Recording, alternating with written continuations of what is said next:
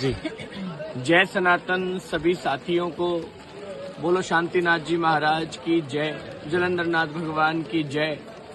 मैं वीरमदेव कानड़देव की धरती पर आज एक सत्याग्रह पर बैठा हूँ, एक आंदोलन करके बैठा हूँ, आमरण अनशन करके बैठा हूँ। अन्न जल ग्रहण नहीं करूंगा जब तक हम सारे पश्चिमी राजस्थान ही नहीं पूरे भारत के हिंदुओं को बायोसा माताजी मंदिर जाकर के दर्शन करने की स्वीकृति नहीं मिलेगी। दूसरा, कल सुबह ठीक 5 मतलब आज ही सुबह ठीक 5 बजे, अभी ये वीडियो आपको मिलेगा सुबह 5 बजे तक सभी लोग देख लेंगे। सुबह 5 बजे सब मेरे पास में यहाँ गुर्जरों की कॉलोनी में, कालका कॉलोनी में, गुर्जरों की बस्ती में इस जगह पर आ जावें। सभी सनातनी आप और हम सब मिलकर के कल यहीं से बायोसा माताजी मंदिर दर्शन करने के लिए निकलेंगे। मैं तो आमरण अनशन पे हूँ, मेरे साथ आप सभी लोग मेरा साथ दे रहे हैं। नीचे इसी भवन में जिस छत पर मैं इस भयंकर बारिश में मैं छत पर बैठा हूँ, इसी घर के नीचे 700-800 महिलाएं भी मेरे साथ आमरण अनशन पे बैठी हैं। सैकड़ों युवा और सैकड़ों भाई सब मेरे साथ आमरण अनशन पर बैठे हैं। राजस्थान की सरकार और राजस्थान के मुख्यमंत्री भजनलाल शर्मा जी से निवेदन है, हम साधु संत तो आप ही के थे पर आप ही के रहेंगे। मैं अपनों से लड़ रहा हूं, इस बात का दुख है। इसलिए भजनलाल जी से एक बात कहना चाहूंगा, अगर हम संतों को और मुझे स्वामी अभयदास को अपना मानते हो, गिरिराज जी के भक्त हो ना, आज गिरिराज जी की कथा करके, भागवत कथा करके वहां से निकला था और गिरिराज जी के भक्तों पर लाठी चार्ज तुम्हारे एसपी और तुम्हारे कलेक्टर ने करवाया। अपने एसपी और अपने कलेक्टर को सस्पेंड करो।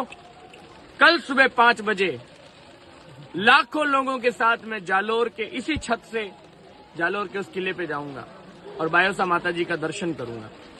अगर आप में है अपने लोगों के प्रति श्रद्धा, प्रेम, समर्पण, हिंदू साधु के प्रति समर्पण भजनलाल जी, तो आपको यहाँ जालोर आकर के जालोर के सभी सनातनियों को ये वचन देना पड़ेगा कि अगले 1 महीने के अंदर ये सारी अवैध कब्रों, मजारों का पूरी जांच करवा करके जो अवैध है, जिनके नीचे कोई लाश नहीं है, कोई बॉडी नहीं है, जबरन किसी पत्थर पर हरी चद्दर चढ़ाई गई है, उन सारी की सारी मजारों को, इस जालोर के पहाड़ को बिल्कुल साफ करने की जिम्मेदारी आपकी है।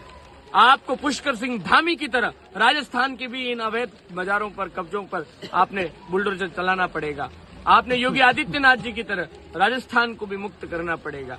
आपसे ये अपेक्षा है, जिनको हम लोगों ने मंचों पर सभाएं कर करके जिताया है, 2-5 सभाएं तो मैंने भी की होगी। आज मुझे दुख हो रहा है कि जिनके लिए सभाएं की, वो अपने एसपी और कलेक्टर को आदेश देते हैं। भजनलाल जी, आपने एसपी और कलेक्टर को आदेश दे दिया कि जाओ महाराज को कूटो। आज आप अपने साधु को पिटवा रहे।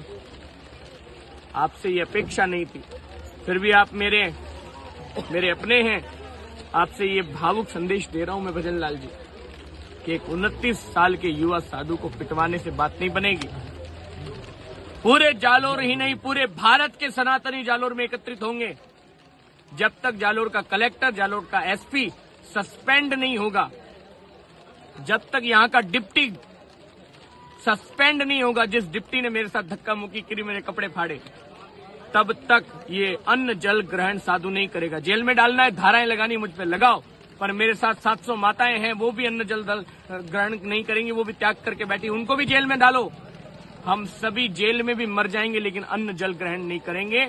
मैं सत्याग्रह पर बैठा हूं। ये संदेश मुख्यमंत्री जी आपको है।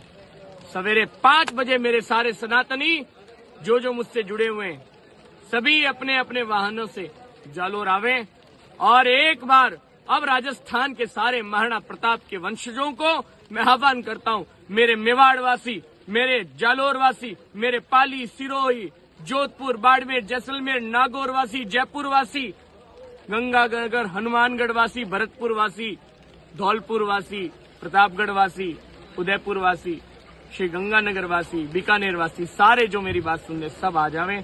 हम सब मिलकर के यहाँ सनातन की अलग जगाएंगे। कल ही रात को मुझे जान से मारने की धमकी उस शाहरुख खान ने दी थी, उसको ये एसपी साहब जेल में डाले। आज उन्हीं लोगों के साथ खड़े होकर हम डंडे चलाएं, ये स्वीकार नहीं होगा राम के देश में।